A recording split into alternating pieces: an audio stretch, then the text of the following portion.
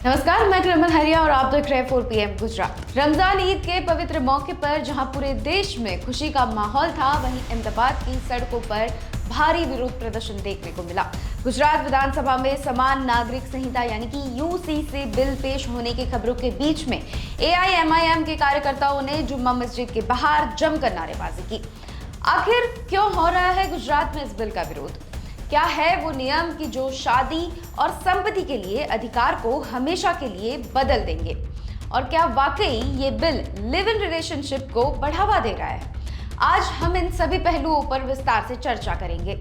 अहमदाबाद में AIMIM कार्यकर्ताओं ने बिना पुलिस अनुमति के विरोध प्रदर्शन शुरू किया। प्रदर्शनकारियों का कहना था कि ये बिल शरीयत और भारतीय संस्कृति के खिलाफ है।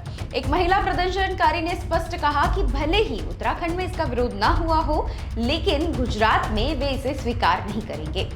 प्रदर्शनकारियों का एक मुख्य आरोप ये भी था कि ये बिल लिव इन रिलेशनशिप जैसी चीजों को बढ़ावा देता है, जो समाज के ढांचे को नुकसान पहुंचा सकता है। पुलिस ने कार्रवाई करते हुए कई कार्यकर्ताओं को हिरासत में लिया क्योंकि ये प्रदर्शन बिना इजाजत के किया जा रहा था।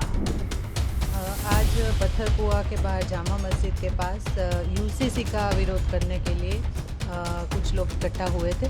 5 लोग थे टोटल और 5 लोगों को पुलिस ने वहाँ से ही ले लिया है और उनको पुलिस स्टेशन रवाना किया है। ये लोग बेसिकली यूसीसी का विरोध करने वाले थे। क्या मैम इन्होंने कुछ परमिशन वगैरह दी हुई? नहीं, परमिशन भी नहीं थी और पुलिस ने उनको पहले से ही ले लिया था वहाँ से।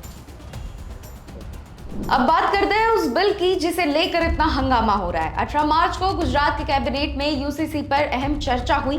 सरकार का तर्क है कि पर्सनल लॉ को अधिक पारदर्शी और न्याय संगत यानी कि ट्रांसपेरेंट और इक्विटेबल बनाने के लिए ये बदलाव जरूरी है। ये बिल न केवल नव विवाहित बल्कि विरासत और संपत्ति के अधिकारों को भी पूरी तरह से परिभाषित करता है। आइए इसके मुख्य प्रावधानों को समझते हैं। यूसीसी के तहत सबसे बड़ा बदलाव शादी के रजिस्ट्रेशन को लेकर है। अब गुजरात में हर शादी का रजिस्ट्रेशन करना अनिवार्य होगा। अगर कोई शादी रजिस्टर्ड नहीं है तो उसे अवैध तो नहीं माना जाएगा, लेकिन आप पर भारी जुर्माना लग सकता है। रजिस्ट्रेशन न कराने ऊपर 10,000 से 25,000 रुपए तक के दंड का प्रावधान है। यहाँ तक कि यूसीसी लागू होने से पहले हुई शादियों के लिए भी सरकार एक विशेष पंजीकरण प्रक्रिया तय करेगी। इसका उद्देश्य महिलाओं के अधिकारों की रक्षा करना और धोखाधड़ी वाली शादियों पर लगाम लगाना है।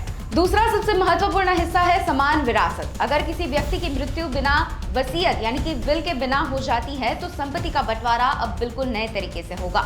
नए नियमों के मुताबिक संपत्ति माता पिता, पति पत्नी और बच्चों के बीच बराबर में बांटी जाएगी। पहले के कई पर्सनल लॉ में महिलाओं या माता पिता के हिस्सों को लेकर अलग अलग नियम थे, लेकिन यूसीसी इसे पूरी तरह से समान बनाने का प्रस्ताव रखता है। एक तरफ जहां सरकार इसे समानता की दिशा में बड़ा कदम बता रही है, वहीं दूसरी तरफ धार्मिक संगठन इसे अपनी पहचान और शरीयत पर हमला मान रहे हैं। लिव इन रिलेशनशिप की जो विवाद है वो भी इस बिल की एक जटिल परत है।